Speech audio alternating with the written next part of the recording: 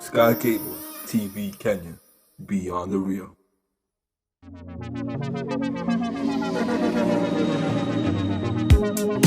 In the night, I saw you, but it's different this time. In my mind, I call you, 'cause I want you by my side.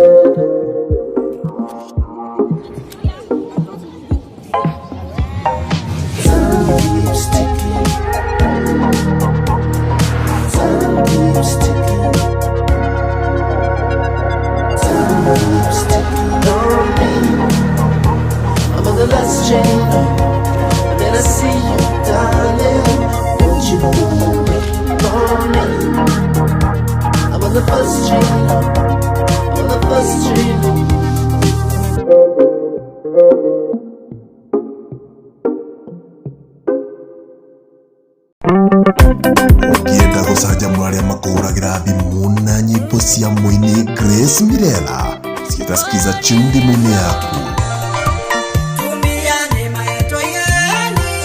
Andika kodi ici 6388289 wamũkĩre atumia. Nĩguo kwamũkĩra Kenya. Kenya, bũrũri wendetwo nĩ Ngai.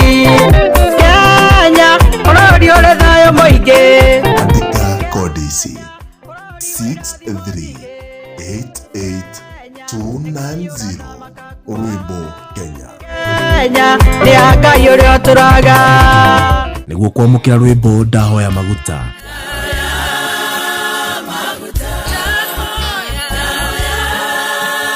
Andika kodi ici 6388291 nĩguo kwamũkĩra ndĩmũitĩrĩrie maguta.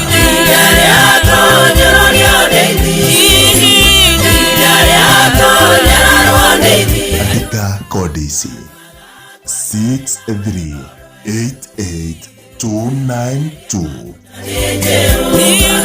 nĩguo kwamũkĩra ndĩmũririkane. Ndĩmũririkane na mũhimbo ciathia na Mordekai. Andika kodi ici 6388293 nĩguo kwamũkĩra rwĩmbo ndoka harĩ we.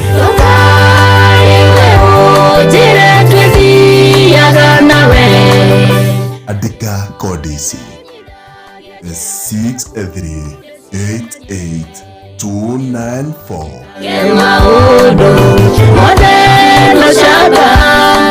nĩguo kwamũkĩra umaja.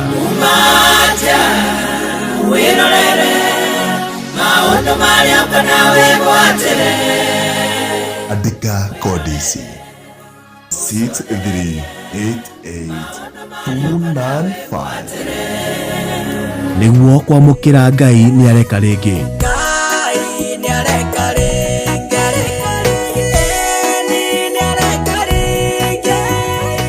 Andika kodi ici 6388296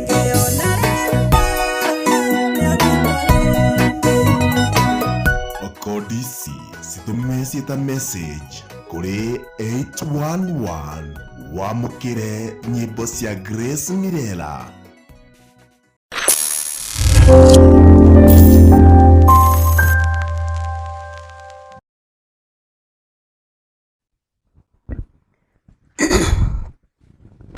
Habari yako, mwaka mpya mtazamaji unayenitazama siku ya leo. Nimefurahia sana kuwa tena mara hapa kwa sababu ya kuhubiri neno la Mungu. Tumekuwa nanyi last year na hii kipindi kimekuwa kizuri sana, kipindi cha Bread of Life. Mimi naitwa mchungaji Sophia Wangari Njuguna kutoka kanisa la Soul Winning Revival Church Umoja 3, na ninashukuru Mungu sana kwa sababu ya kuwa hapa.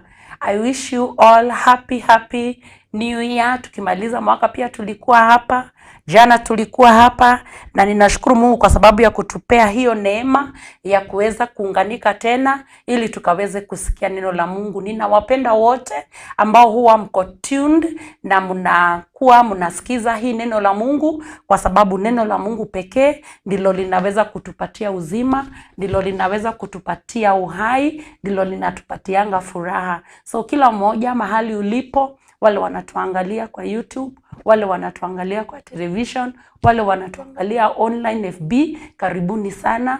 Create a watch party, ita huyo mwingine ili tukaweze kusikia neno la Mungu. Maana unaweza shiriki kuwa mchungaji na mimi kwa sababu ya kumwambia huyo mwingine. Wakati unaingia mahali pale, pia ni vizuri kulike, kucomment na kushare, kwa sababu Mungu amekupatia hiyo neema ili ukaweze kuwa pamoja nami. So ninawapenda sana na ninawakaribisha kwenye hiki kipindi ambacho tunakipenda, kinaitwa Bread of Life. Kama sio Bwana hatungeweza kuwa hapa. Kama sio kuwezeshwa hatungeweza kuruka mwaka. Wengi walikufa wakiwa na makusudio na maazimio, wakiwa na mipango mizuri, lakini hawakuweza kuishi. Lakini mimi na wewe tunaishi. So usijidharau kwa vile ulivyo, usijiangalie down, usijiangalie chini, usijiangalie kwa kujidunisha, kwa sababu Mungu amependezwa wewe ukavuke mwaka na ukawe mabaki. Na kwa sababu uko mabaki, siku ya leo ningependa tukaweze kushiriki neno la Mungu litakalo tusaidia. Ndio tulivuka mwaka, sasa tuko katika mwaka, hatufi, hatugonjeki, tunaendelea. Bas, tunafaa kufanyaje? Dhimu ya siku ya leo tunaongea kuhusu connecting ama kuunganika.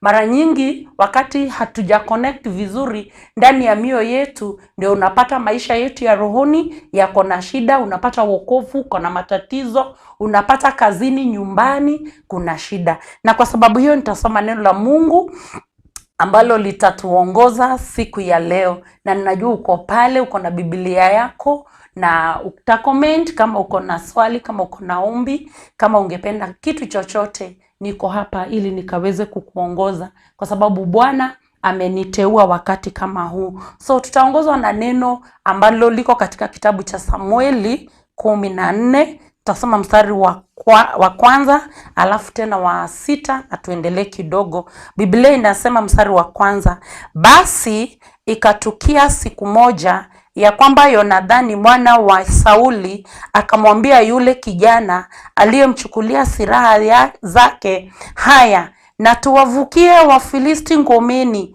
pale ng'ambo ya pili, walakini hakumwarifu babaye. So taruka mstari wa 6 ambao Biblia inasema hivi: basi Yonadhani akamwambia yule kijana aliyemchukulia silaha zake, haya na twende tuwavukie ngomeni hao wasiotairiwa, yamkini Bwana atatutendea kazi, kwa maana hakuna la kumzuia Bwana asiokoe, kwamba ni kwa wengi au kwamba ni kwa wachache. Mpendwa ambaye unanitazama, wacha tuombe kwa sababu ya neno la Mungu. Baba, tunakushukuru kwa sababu umeandaa meza siku ya leo ili watoto wako wakaweze kusikia neno litakalo wasaidia. Asante kwa sababu ya kutupatia hii neno liwe linatuongoza mwaka huu, katika jina la Yesu tunaomba. So mpenzi mtazamaji ambao unanitazama siku ya leo, nimeanza kwa kusema ya kwamba Mungu ameweza kutupatia neema ya kuweza kuvuka. Na kwa sababu tumevuka mwaka, tuna maazimio, tuna makusudio, tuna mambo mengi ambayo tumeyapangilia. Lakini leo nataka tukaweze kuangalia neno la Mungu ambalo tumelisoma, ili tukaweze kujua jinsi tutaconnect na mwaka huu, jinsi tutaconnect na maisha yetu ya rohoni. Ukiangalia hii neno inazungumzia kuhusu mtu anaitwa Yonadhani na mbeba silaha yake. Wakati Israeli walikuwa katika vita na wakiongozwa na Sauli ambaye ni baba yake Yonadhani, wakati ule hakukuwa na silaha za kila mmoja na kila mmoja. So ilikuwa tu ni mfalme na mtoto wake ndio peke yao walikuwa wanabeba silaha. Na kwa sababu vita zilikuwa kali na kwa sababu kulikuwa na matatizo mengi, ikawa kwamba jeshi ambalo lilikuwa la Sauli kila wakati lilikuwa linaogopa. Wakati tunavuka mwaka, ningependa ukaconnect na hili neno ama ukaunganike na hili neno ya kwamba wewe sio mtu wa kuogopa. Ukiunganika na moyo wa Mungu, utakuwa mtu wa kuenda mbali, utakuwa na maazimio ambayo yanatimia, utakuwa na makusudi. Maana mtu aliye na kusudi haangamiangi, mtu aliye na kusudi hawezi akapotelelea ovyo ovyo. So tunaona ya kwamba huyu kijana haogopi, ako katika jeshi la baba yake. Baba yake ni muoga,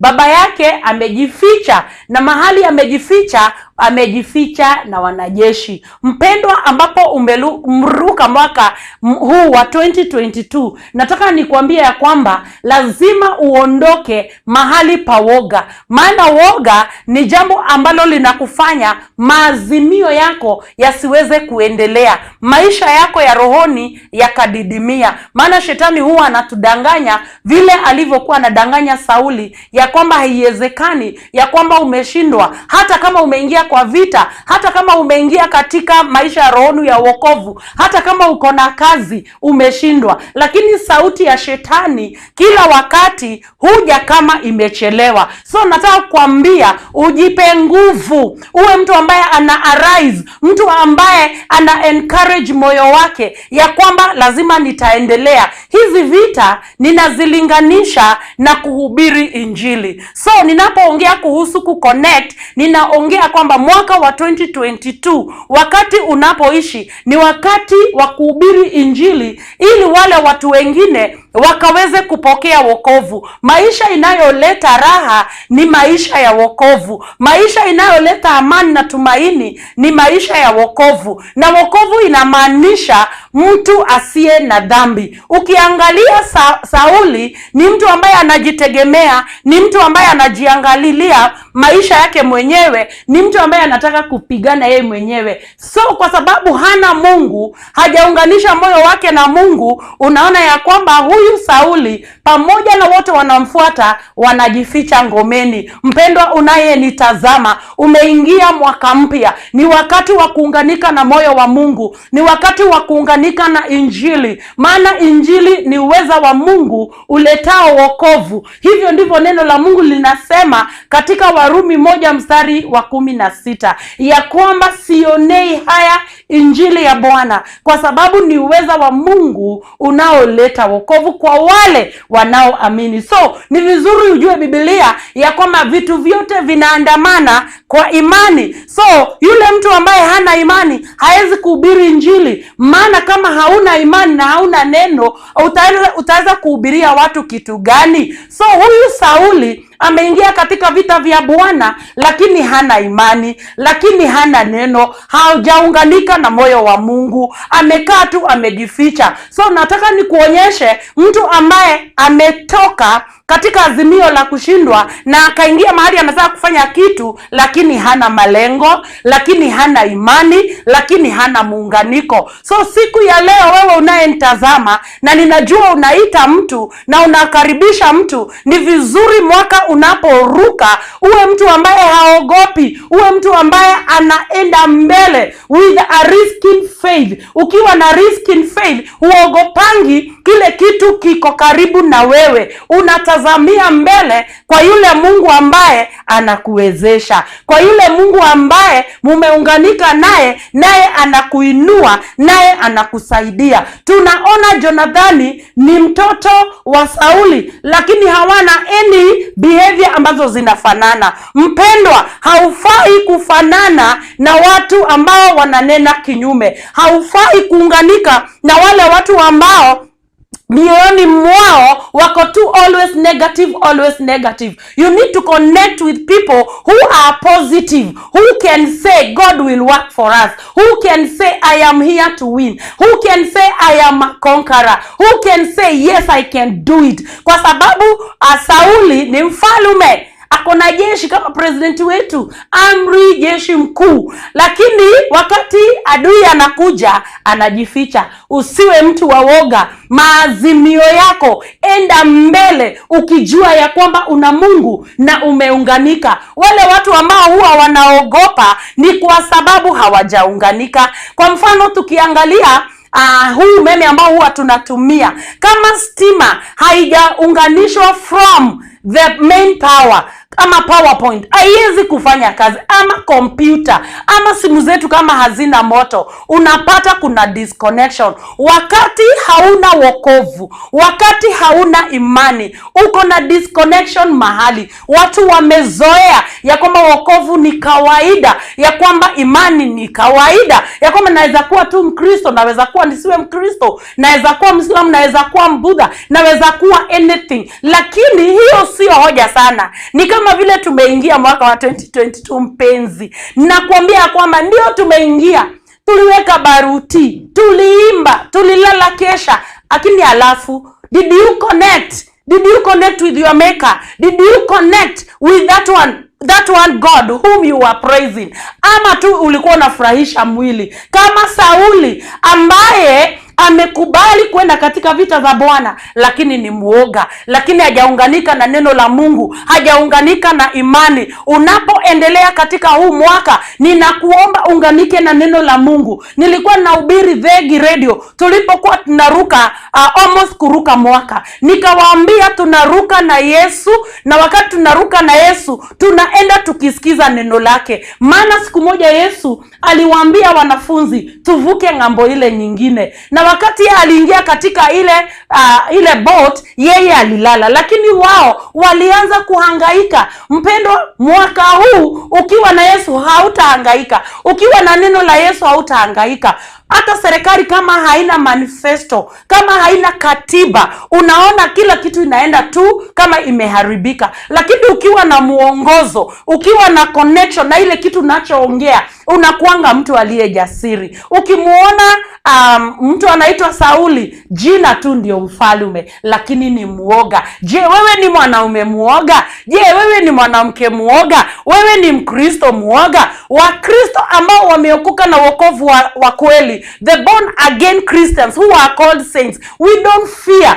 We have the confidence because the Bible says we have the boldness to enter into the most holy place by the blood of Jesus. So sisi sio watu wa kuogopa, injili taihubiri anje, nitafanya hivi ni aje.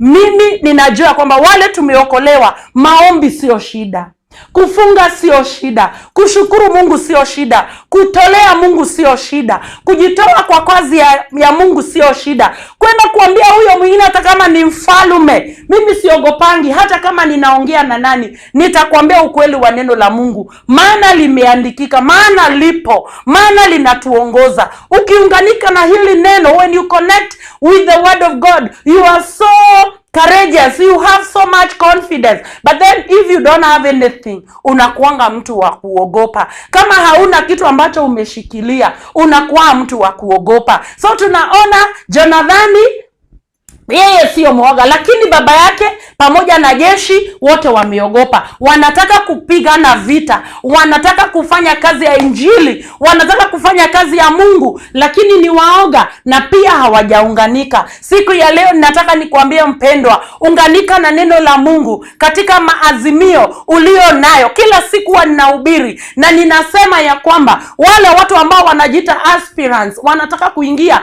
katika serikali, lazima wawe na malengo, lazima wawe connected na hiyo serikali. Kama unataka kumtumikia Mungu kanisani, kama unataka kuwa mwimbaji, you must be connected with that God ambaye unataka kumserve. Lakini huwezi sema tuko pamoja lakini hatuko pamoja. Even the Bible says two cannot go together unless they agree. So this evening nataka kukutia moyo na kukuambia mpendwa, wacha woga. Unaogopa kwa nini? Sababu hujaunganika, kwa sababu hujashirikiana na moyo wa Mungu, kwa sababu hujashirikiana na neno la Mungu. Huyu kijana anasema mstari wa kwanza, haya mbeba silaha wangu, tuende tuvuke ngomeni ya Wafilisti. Wafilisti walikuwa kina gani? Walikuwa wale watu ambao walikuwa adui zao, wale watu walikuwa wanapiga vita na wao. Ebu angalia mbeba silaha, yeye hana silaha yake, amebeba silaha ya nani? amebeba silaha ya Jonathani. Mpendwa, nataka nikuambie, unahitaji mtumishi wa Mungu ambaye atakuunganisha na neno la Mungu na Mungu mwenyewe, kwa sababu unaweza soma Biblia hivi hivi unaona kama ni mchezo. Unaweza soma Biblia unashindwa kuelewa. Unaweza fungua Biblia unaanza kusinzia. But ukiwa na mtumishi wa Mungu ambaye yeye mwenyewe amelisoma neno na ameliweka ndani ya moyo. Mimi huwa nasema mchungaji ambaye hajaisoma Biblia yote kuanzia Genesis hadi Revelation, huyo mchungaji kwa njia moja amepungukiwa. Yule mchungaji maisha yake hayana maombi, kwa njia moja imepungukiwa. So huyo mchungaji anakuwa kama jeshi la Sauli ambalo linaogopa. Lakini mwaka huu nataka uconnect na mchungaji ambaye atakwambia kila kitu. Mchungaji ambaye atakwambia kulikuaje dunia ikawa, dhambi iliingiaje. Na nimeongea hapa last year, niliongea mambo mengi sana, na hata mwaka huu tutaendelea kuongea mambo mengi. So ninataka nikuambie sababu ya mbeba silaha kuunganisha moyo wake na moyo wa Jonathani. Hata kama hana silaha aliweza kuenda upande wa ushindi. Nataka nikuambie upande wa woga ni upande wa shetani, upande wa dhambi. Ukiwa na dhambi huwezi ukajitokeza. Kuna kastori tulikuwa tunaambiwa hapo zamani na wazazi wetu ya kwamba mtu mmoja alikuwa amegonjeka na alikuwa na shida, na kijana yake alikuwa ana matatizo na ndoa yake. So siku moja akaita kijana huyu ambaye alikuwa na shida na ndoa yake, akamwambia, nataka kwa sababu nimeoa wake watatu, sababu mimi ni mgonjwa, nikuambie kitu moja ili nikusaidie. Enda uite hao wa mama zako, alafu atakapokuja hapa kuna kitu nitasema. Wazazi wake walipokuja alisema, mwenye hajatoka nje ya ndoa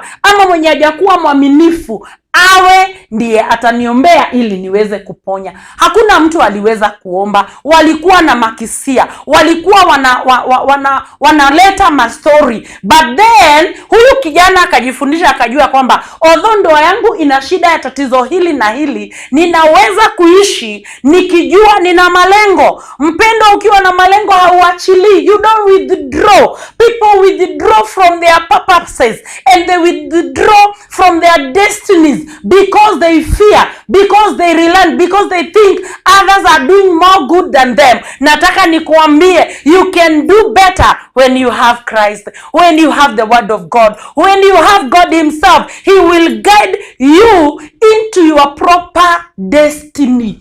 Atakuongoza kwa laini yako, atakuongoza kwa mahali unafaa kupitia. Sauli amekwama, lakini akiulizwa uko wapi, anasema niko kwa vita.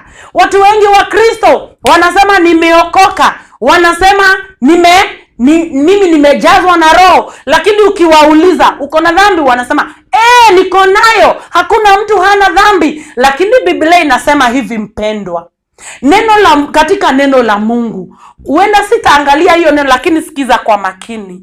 Biblia inasema katika Warumi 3 mstari wa 23, watu wote, kwa maana watu wote wamefanya dhambi na wamepungukiwa na utukufu wa Mungu. Hii inakuwa ni kama swagi yangu. Huwa ninapenda sana hii neno, kwa sababu watu wengi wanakwama kwa hiyo verse. Kama vile Sauli amekwama upande ya niko kwa vita, lakini amekwama mahali ya woga. Hakuna kitu wanafanya, ako tu dormant. Hata Wakristo wengi wamekwama,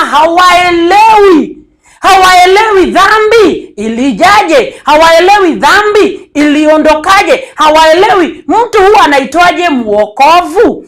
Kwa sababu kuokoka ni mtu ambaye hana dhambi. Hiyo story inaingiana aje? Unahitaji Jonathani ambaye atakuelezea hii habari yote. Na atukuzwe Mungu kwa sababu ya kipindi hiki ambacho ni cha Bread of Life, ambacho tutakuwa nacho every Wednesday. Mungu anisaidie ya kwamba nitakuwa hapa katika hii kipindi, tutachambua. Wewe unayeniangalia, uliza swali. Ukisikia nimeongea mstari, unaweza changia, unaweza uliza swali. So neno la Mungu linasema, Warumi 3 mstari wa 23, wote, awe ni nani, awe ni nani, maadamu amezaliwa na mwanadamu, amefanya dhambi, amepungukiwa na utukufu wa Mungu. So wakati tunazaliwa without God, tunazaliwa without a destiny, tunazaliwa when we are casted away and out of the glory of God.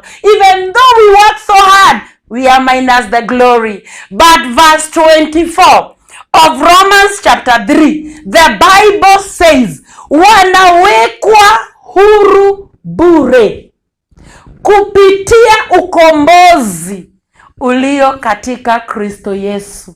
Ukiangalia verse 1, hakuna kuunganika na Yesu. Ukiangalia verse 1, hakuna moyo wa Mungu. Ukiangalia verse 1, ni moyo wangu na moyo wa watu. Vile unaona Sauli na jeshi lake, they don't have the glory, they don't have the power, they don't have the capability, they only have the weapons, but they don't know how to do anything. But this day, I want you to move from that verse or from that fear. I want you to move from that connection of fear of the devil that is telling you hawezi, ambayo inakuambia haiwezekani, ambayo inakuambia mimi ni mwenye dhambi, nitashindanga kila siku nikijiita mwenye dhambi. Verse 24 inasema wanawekwa huru bure. Mtu akiwa ameshikwa na makosa na polisi, alafu ambiwe nimekuweka huru bure, wewe nimekuweka huru bure, huyo mtu ako huru. Although alikuwa amefanya nini, ako bure, ako huru, hawezi kuhesabiwa tena makosa.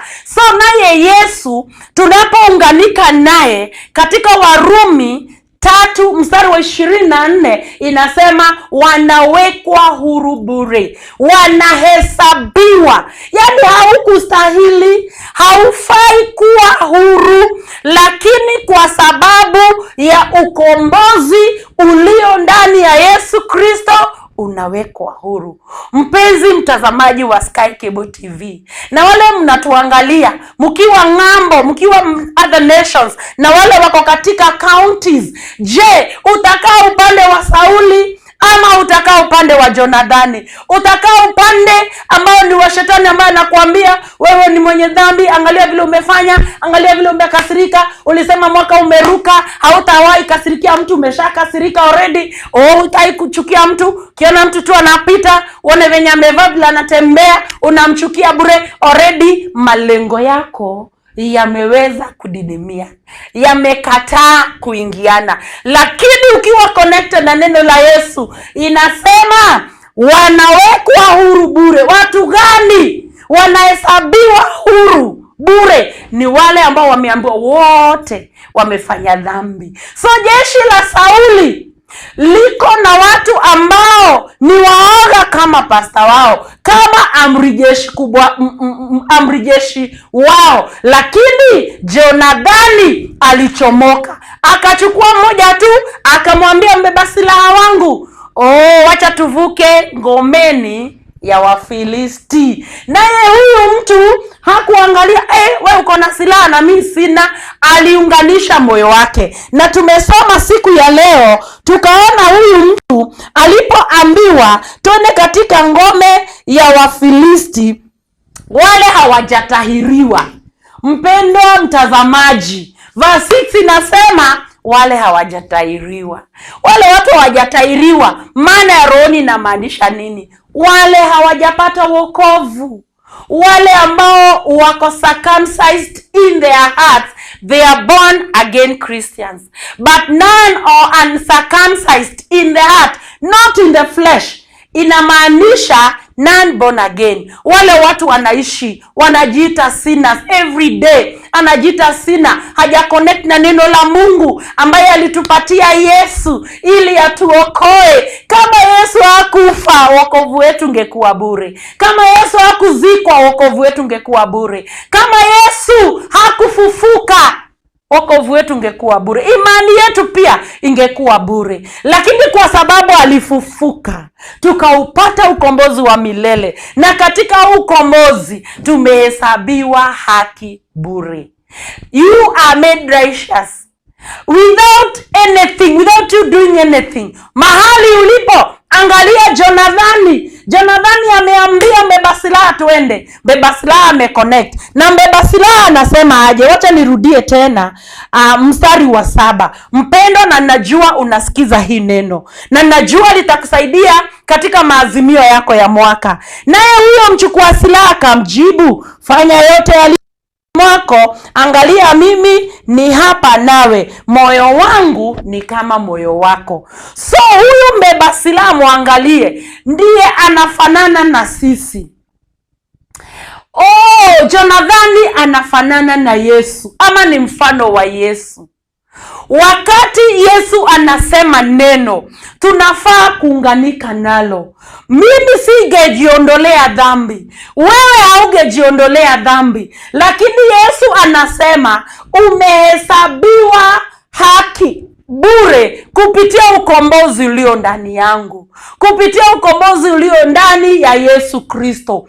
Huyu mbeba silaha ameunganika na mtu haelewi, ameunganika na mtu yeye ako na silaha yeye hana. Naye Yesu alitubebea shida zetu zote, alitubebea dhambi zetu zote, alituambia wanangu na wapenda, nimefilia dhambi zenu, mimi ndio nimehold maisha yenu. That is why you can face tomorrow, that is why you are living, that is why I am with you. And when you are connected with me, you will never experience failure.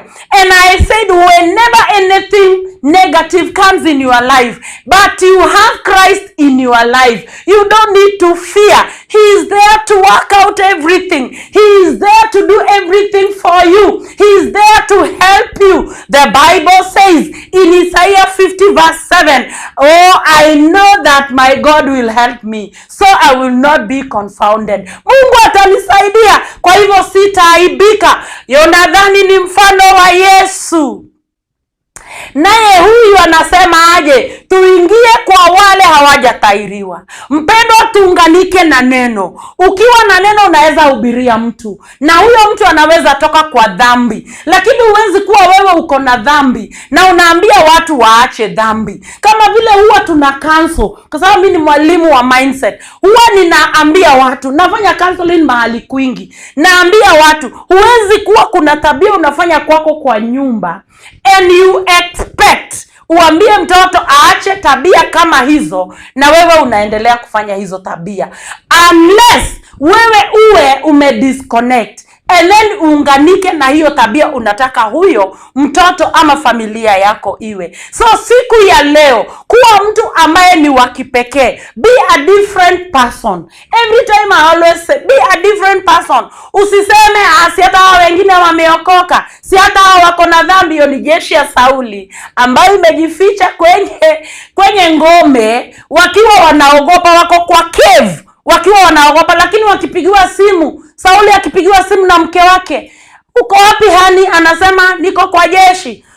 Huyo mwingine akiulizwa, uko wapi Sophie? Niko kwa jeshi. But they are doing totally nothing. Wakati uko saved, you need to know that your sins were forgiven forever. Na if your sins were forgiven forever, then you can tell that other person your sins were forgiven too. Lakini kama uko nazo, unaweza ambia mtu ya kwamba asiwe nayo ama hana. So siku ya leo ninataka kuambia, in the Bible, when we connect with the word of God, tunajipatanga watu walio very different, wa kipekee. Kwa mfano, wakati wa Krismasi ama hizi sikukuu zimepita, ninataka nikuulize wewe ambao unanitazama, ulikuwa maybe kwa boma yako ama mahali popote ulikuwa, kuna kuku anataga, alafu kuna kuku ambaye amelalia mayai yake. Alafu pia kuna kuku ambaye kazi yake ni kushinda tu kwa kimbia akikula. Mgeni akikuja, wale tulienda nyumbani, ulishikiwa gani? Uwezi shikiwa yenye inataga, uwezi shikiwa. Na nipozo unaona jogoo ndizo zinakuwa mostly na shida. Unashikiwa yenye inarandaranda. So mpendwa, you must be connected. Hii kuku moja, the hen, iko connected. I'm laying the eggs. Huyu mwingine naye ako connected. I'm laying on my eggs. Huyu mwingine ako tu zake. Huu mwaka usiwe mwaka wa kukaa tu zako. Kuwa mtu ambaye ako na malengo. Kuwa mtu ambaye ako na kusudi. Ninajua tunaendelea vizuri kusikia hii neno la Mungu. Na mpendwa ambaye unanisikiza, ningependa kukuambia ya kwamba unapounganika na neno la Mungu, utakuwa mtu ambaye ako so different. Utakuwa mtu ambaye ako na baraka za kipekee. Utakuwa mtu ambaye anatembelea neema. Siku ya leo, wewe uko upande gani? Ukijiangalia, ndio ulivuka mwaka, ndio ulivukia kwa kanisa, ndio ulivukia ukiwa umefunga, ndio ulivuka ukiwa kwa kichaka, ndio ulivuka ukiwa kwa kitanda ama ukifollow kwa TV. Lakini saa hii wewe ni muoga. Umeanza kusema, "Guy, Januari sina hata rent. Mshahara wangu uliisha. Sijalipa nyumba. Sijui kama niko na fare kwenda kazini. Sijui kama watoto wanasoma." Mpendwa, unganika na neno la Mungu. Hautaogopa. Kwa sababu yeye ndiye anasema, "Njooni kwenye karamu yangu." Mathayo 22 mstari wake wa Mathayo 22 mstari wa 4. "Njooni kwenye karamu yangu, nimeandaa kila kitu." Kama Bwana anasema ameandaa hiyo kazi unataka kuanza, anza ukiwa umeunganika na neno la Mungu. Have a promise, have a word of God regarding that word. Because ukiwa hauna, ni pesa tu uko nazo, hapo ndio mtu anasema, "Nilianza biashara ikanifail. Hapa hakuna customer, hapa hakuna nini." Isaka anasema katika kitabu cha Genesis ya kwamba alipanda wakati kulikuwa na njaa, lakini alivuna. Why? Alikuwa connected na Mungu aliyemuongoza mahali pale. Na wewe ambaye unanitazama siku ya leo, unganika na neno la Mungu. Mpendwa, unganika na neno la Mungu. Mpendwa, unganika na ahadi za Mungu. Ahadi za Mungu ni kweli, ni amina. Inasema kukubariki nitakubariki, kukuongeza nitakuongeza. It is 2022. Hapa kuna triple mbili, kuna triple mbili, kuonyeshana kwamba there is multiplication. But how will you multiply if you are not connecting? Kila siku nikihubiri, mostly kwa TV, anywhere I go, hata kwa chachi yetu, huwa nawapatia huu mfano. Nawaambia hivi, mtu kama mimi akiolewa, ama msichana aolewe, na akuwe analala jikoni ama analala another room, they have never connected, hajaunganika, hakuwezi kuwa na fruitfulness, hakuwezi kuwa na mtoto, hakuwezi kuwa na kuzalisha, hakuwezi kuwa na kuongezeka. So lazima waunganike ili kutokee jambo. Hivyo ndivyo nakupea that mfano, ili na wewe ujiunganishe na neno la Mungu. Mpendwa, furaha ya kweli inatokananga na nini? Kuunganika na neno la Mungu. Angalia huyu mbeba silaha, anasemaje? Wewe, kile kitu iliyo moyoni mwako nimeipokea. Moyo wako ni kama wangu. Uko pale unanitazama katika runinga, uko YouTube, uko FB, uko anywhere, uko kwa simu yako, na unasema ya kwamba, kweli ni mimi siunganikangi. Nataka nikuambie, huyu ambaye ana silaha ameunganika na mwenye ako na silaha. Yonathani ni mfano wa Yesu. Unganika na Yesu. Haijalishi udhaifu wako, haijalishi shida yako, haijalishi umekosa vitu gani, haijalishi uko bado Januari, it is mwaka ni mpya bado. Ukiunganika hata utajua vile kutaisha. Ukiunganika utajua vile kutaendelea. Mara nyingi huwa tunasema, mwaka huu ni mzito, mwaka huu. Alafu unaposema ni mzito, unaposema kuna shida, unaleta kikitu sasa hicho juu ya hiyo mwaka, juu ya hiyo kazi, juu ya hiyo familia, juu ya maisha yako, juu ya akili yako. Leo nakuambia, acha kila kitu kingine. Jonathani amemwacha Sauli. Jonathani ameacha jeshi. Jonathani ameacha kundi, na lilikuwa kubwa. Aliliacha, akatembea na mtu mmoja. Alitembea na mtu gani? Mtu aliye na moyo kama wake. Siku ya leo na mchana wa leo, kwa sababu naona tunaendelea vizuri. Nataka nikuambie ya kwamba ukiunganika na moyo wa Mungu ambao uko na kila kitu, he owns everything, he owns the whole world. Whether you are in America, in Europe, whether you are in Uganda, whether you are in Kenya, he holds the whole world. Everything, the Bible says in the book of Psalms 24, everything in heaven, hata hapa duniani, everything belongs to God. Yote ni ya Mungu. Kila kitu ni cha Mungu. Unganika na huyo aishi yangu ina nguvu. Unganika na huyo aliangi. Unganika na huyo asinziangi. Mpendwa mtazamaji, ukiangalia ushindi wa mambo mengi, hata tuseme kama siasa, hata kama saa hii, unaona wanatafuta vile wataunganika na mwenye anaweza shinda. Sisi mshindi wetu ni nani? Yesu. Alishinda kifo, akashinda dhambi, akashinda mauti, akashinda ulimwengu, akamshinda shetani, akachomoka na funguo. Tuunganike na huyu Yesu mpendwa. Ninajua unaniangalia, ninajua maybe ulikuwa na woga katika maisha yako. Ninajua maybe ulikuwa unajiambia, mimi ni last born, mimi ni wakatikati, mimi ni first born, mimi ndio wanaangalia, wacha nijifanye, wacha nilie, wacha niomboleze. Hapana, chomoka. Toka upande wa kushindwa, toka upande wa woga, simama imara, simama na neno la Mungu, maana neno la Mungu halitawahi shindwa. Moyo wako uko kama moyo wa nani? Nikiangalia moyo, Biblia inasema moyo wa mwanadamu ndio kunatoka mambo yote yale mabaya.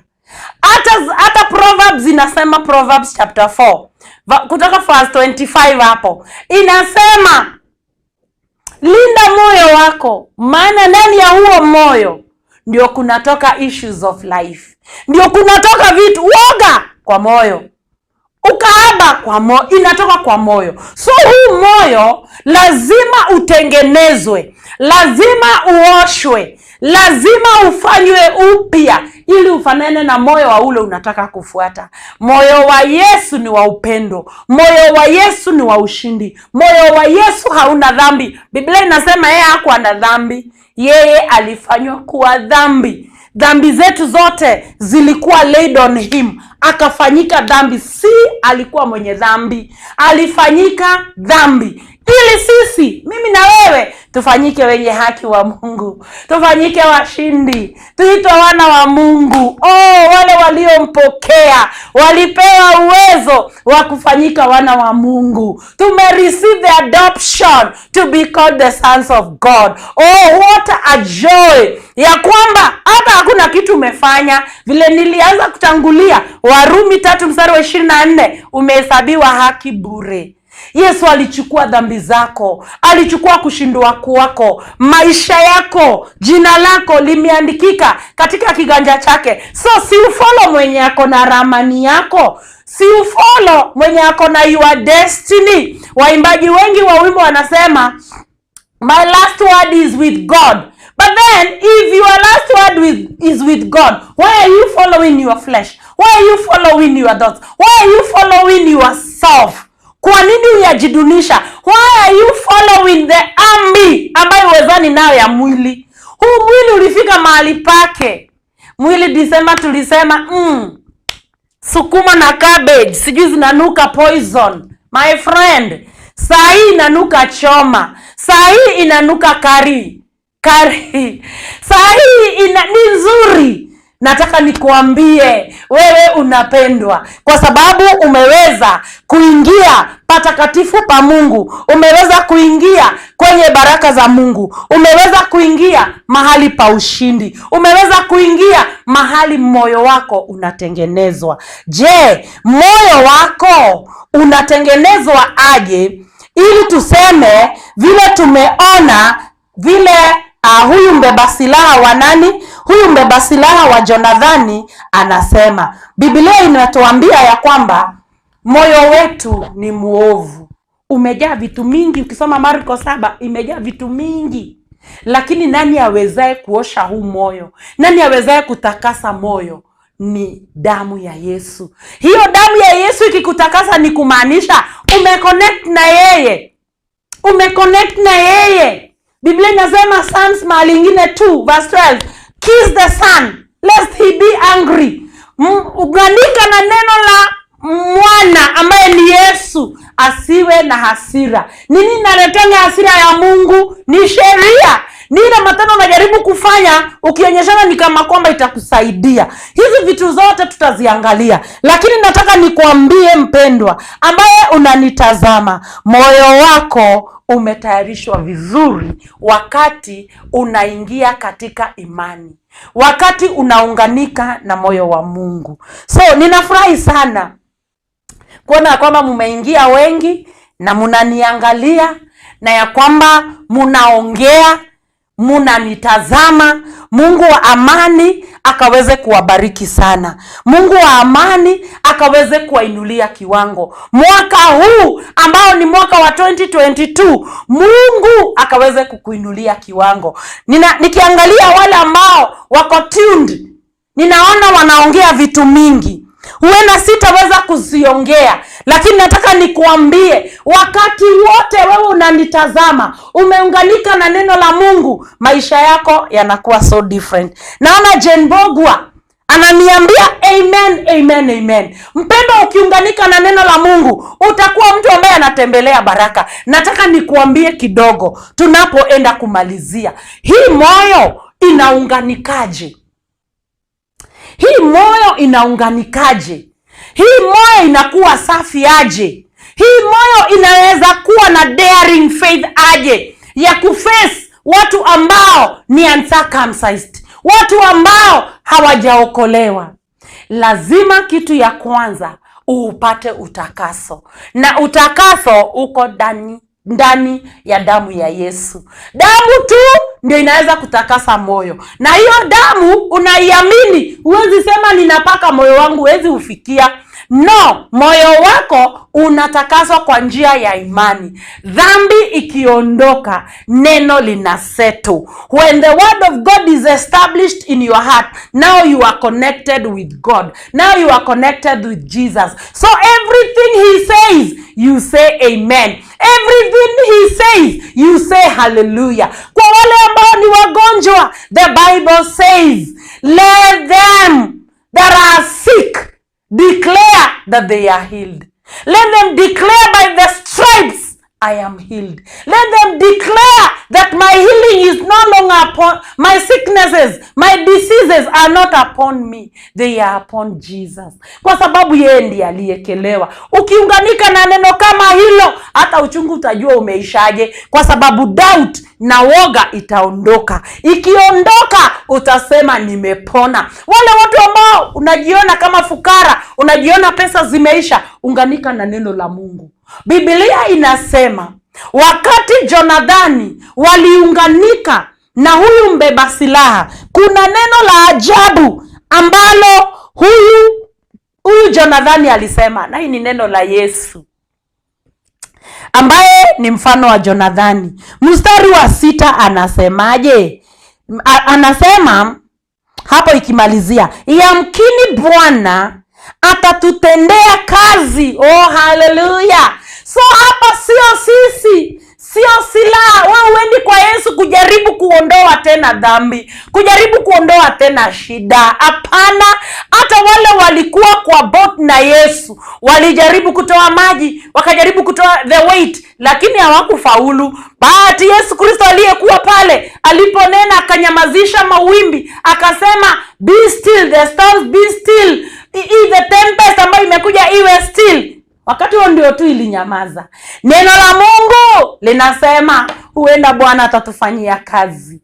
Bwana 2022 ni atakufanyia kazi. Ungana na yeye. Wale watu ambao wanataka kuchaguliwa, ungana na moyo wa Mungu. Mungu hawezi kujichanganyisha. Uongozi wake unatoka kwake. That is Romans chapter 13. Every leadership, every government comes from God. Yeye ndiye anaiestablish, yeye ndiye anaisimamisha. So God will work for you when you connect with him. The Bible says God will work for us. For God is not limited hajazuiliwa. Wewe uko limited. Sina bunduki, yeye ako na bunduki. Sina chakula, yeye ako na chakula. Niko single, yeye ameolewa. Lakini Jonathan is saying wonderful words ambazo ningependa tunapoendelea kumalizia tukaziongelele. Inasema aje? Bwana hajazuiliwa kuokoa kwa wengi au kwa wadogo. Mwaka huu wa 2022 tunaenda kuhubiri injili. Tunaenda kupigana hizi vita ambazo ni za rohoni. Kuhubiri injili ni kama kuwa jeshi. Bwana ndiye anaokoa, sio wewe. Bwana ndiye anafanya kazi, sio wewe. Haleluya. Bwana ndiye atakutendea, sio wewe utatenda. Bwana ndiye atakusaidia na hata leta komiti. Haleluya. Bwana yeye mwenyewe anafanya kila kitu. Kama Mungu angependa usaidizi, in Genesis chapter 1 angeumba mtu kwanza, lakini hakuumba mtu. In fact aliumba the last day. Na haturelatingi habari ya wokovu na Genesis chapter 1. When we can relate with Genesis chapter 1, we can see our God. I need to enter your rest, to believe, only to have faith in you, only to connect with your word. Bwana akubariki sana unapounganika na neno la Mungu. Na ujue unapohubiri injili, unaposhare, unapocomment, unapopeana hii neno kwa wengine wengi, wewe utatumia maybe bundles. Wewe utatumia tu huo muda kidogo umtumie. Lakini akisikiza neno, hiyo ni jeshi. Haukuwa na silaha, hauwezi kufika hapa kwa TV vile nimefika. Maybe huwezi fika kwa radio vile mimi nimefika. Maybe huwezi kuwa pastor, but you can be a pastor together with Jonathan. You can be a pastor when you have Christ. Wakati uko na mtu anakuongoza. Bwana wa amani akakuinulie kiwango. Maana Bwana haitangi kometi. Bwana hasemangi kujeni hapa muokoke. Anasema anaokoa akitumia moja, anaweza tumia wewe tu kwa hiyo bando. Familia yenu yote ibadilike. Anaweza kukutumia wewe tu umeingia YouTube, umecomment, mwingine anakufollow, amekuona. Maisha ya mwingine inabadilika. Maisha ya mwingine inakuwa ya baraka. Mpenzi mtazamaji wa Sky Cable TV, nimeanza kwa kusema tumevuka mwaka. Already we have crossed over. We have crossed over like Jonathan with the arm bearer. But who are we carrying? What do we have? Do we have the word of God? Are we connected? Maana Isaiah anasema, they only speak of me with their mouth. They testify of me with their mouths. But roho zao ziko mbali na wewe na mimi. So, wewe kuwa connected na Mungu atakubariki sana. Wewe ambao umeingia na unaambia watu tazama. Kama nikiangalia naona Margaret Kimaro, Mungu akubariki sana. Asante kwa kuingia. Asante kwa kusema amen. Maana mwingine akiona atajua kuna neno linaendelea. Margaret Kimaro, Mungu akubariki sana. Dansi na kuona, Mungu akubariki sana. Mungu azidi kuwabariki. Naona Steven, Mungu akubariki sana unapoendelea kusikiza neno la Mungu. Ninaenda nikitamatisha, maana muda wangu umeisha. Lakini nataka nikuambie hii jambo, ya kwamba moyo wako ukiunganika na Yesu, hakuna siku utasema umeshindwa. Hakuna siku utasema wewe ni sura mbaya. Hakuna siku utasema sina hii, sitaolewa.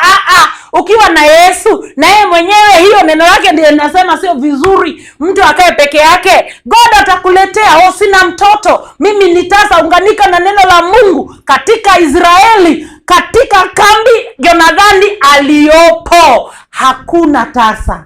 Mahali Yesu yuko, hakuna kushindwa, hakuna kulemewa. Mahali story imeendelea, siweza kumaliza story yenye nimesoma, maana Mungu huwa ananipanukia sana. Imesema wakati Jonathan walienda na mbera, kupitia silaha moja tu, watu 20 walikuwa washaanguka.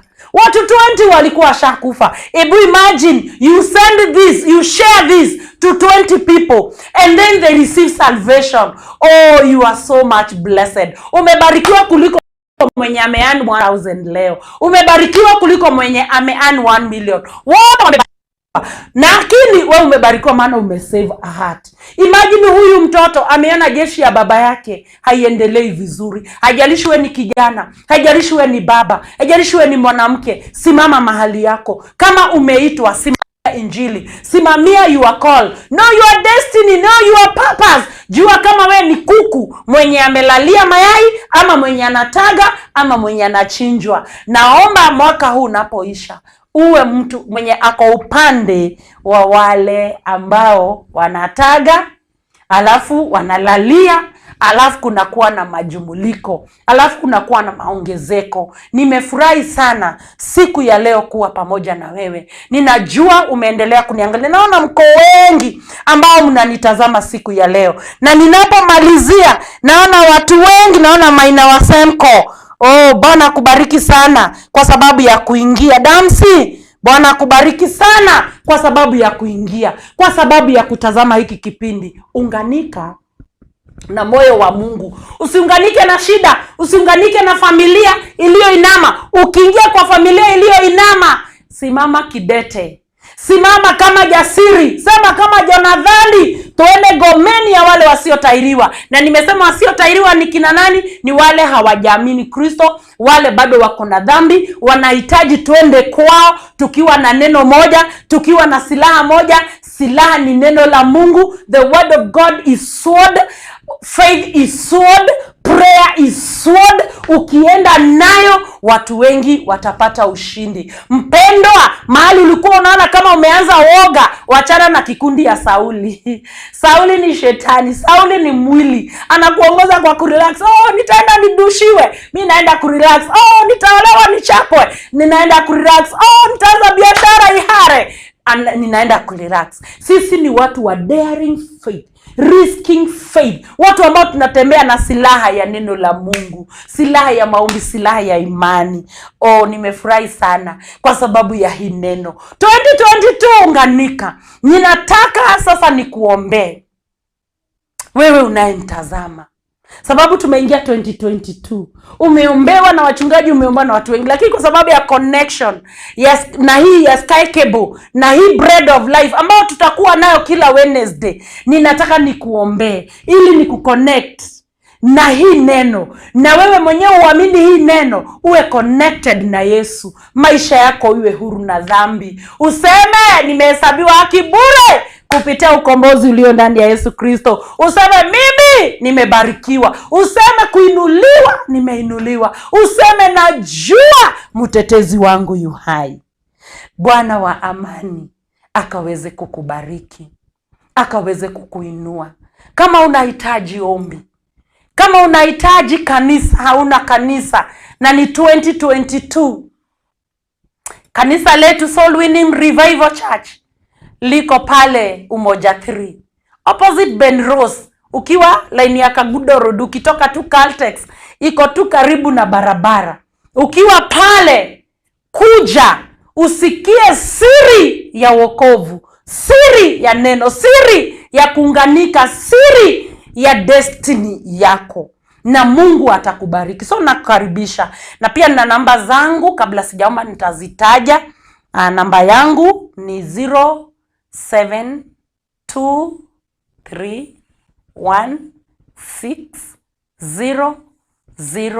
0723160063. My number is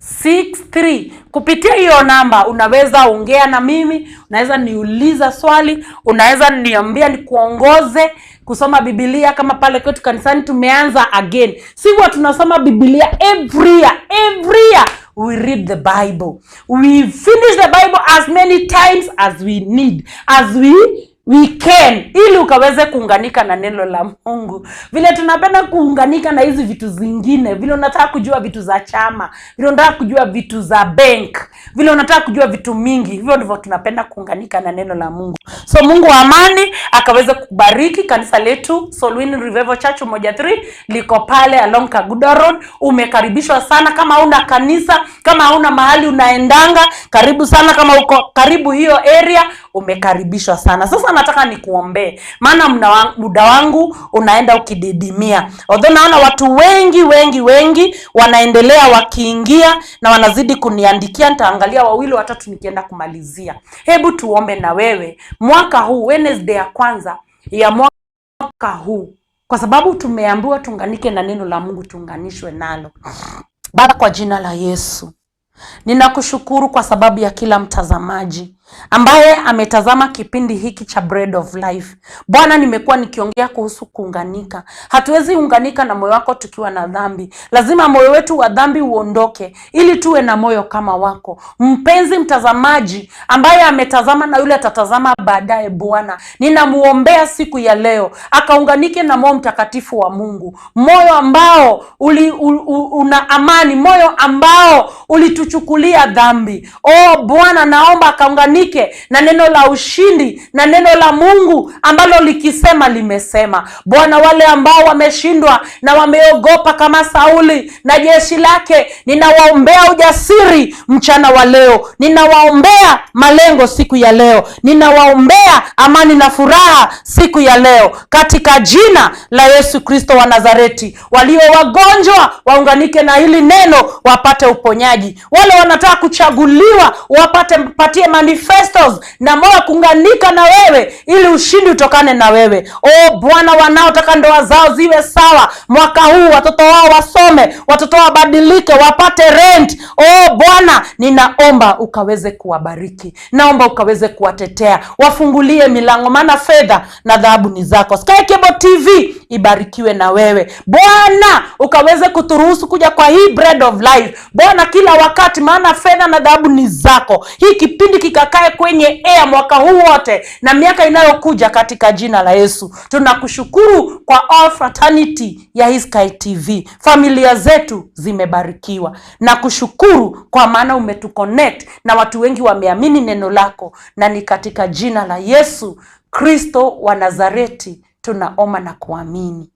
Amen, amen, amen. So mpenzi mtazamaji, umebarikiwa. Asante sana kwa kuwatch, asante sana kwa kushare, asante sana kwa kucomment. Asante sana. Fanya hiki kipindi kiwe kipindi chako. Fanya hii program iwe program yako. Share, like, uliza swali, ita watu wengi kila Wednesday saa 8 na utakuwa wakubarikiwa. So ninafurahia sana ninapotamatisha kipindi cha leo. Watu wote ambao umetuwatch, nimefurahia, ninawapenda. Mpokee salamu zangu sababu ninawapenda na tutakuwa tunazidi kushiriki. Naona mmeingia wengi na mmeandika wengi. Saa yangu imeisha, sitaweza kuwatambua, lakini next time nikianza, nitaanza kwa kuwasalimia, na ninajua kwamba Bwana wa amani atawatetea, atawainua, atawatendea. Unganika kama nyororo na hautawaishindwa katika jina la Yesu. Ubarikiwe na uinuliwe wakati wote. Amen, amen, amen. Bye and happy new year.